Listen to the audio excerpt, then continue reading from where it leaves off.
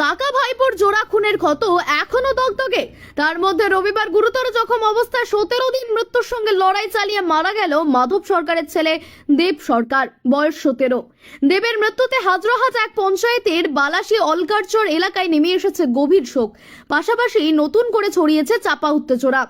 গত 25শে ডিসেম্বর প্রেম ঘটিত বিবাদকে কেন্দ্র করে বালাসী অলকারচর এলাকার যাদব সরকার ও তার কাকা মাধব সরকারকে ধারালো অস্ত্র দিয়ে পিটিয়ে খুন করা হয় বলে অভিযোগ। ওই দিনই গুরুতর জখম হয় মাধবের বড় ছেলে দেব। অভিযোগ, উত্তেজনার খবর পেয়ে বাইকে করে ঘটনাস্থলে পৌঁছানোর সঙ্গে সঙ্গেই তাকে লোহার রড দিয়ে মারধর করা হয়।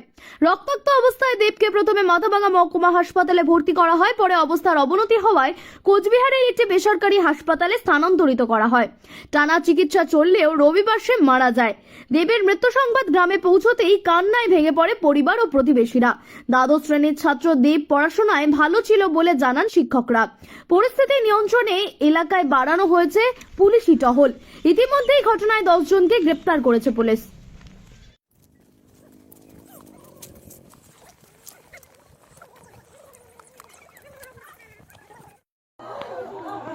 আমার বাইরে মাছ রাখতো না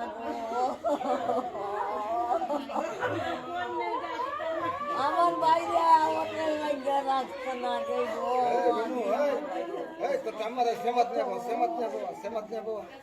আমার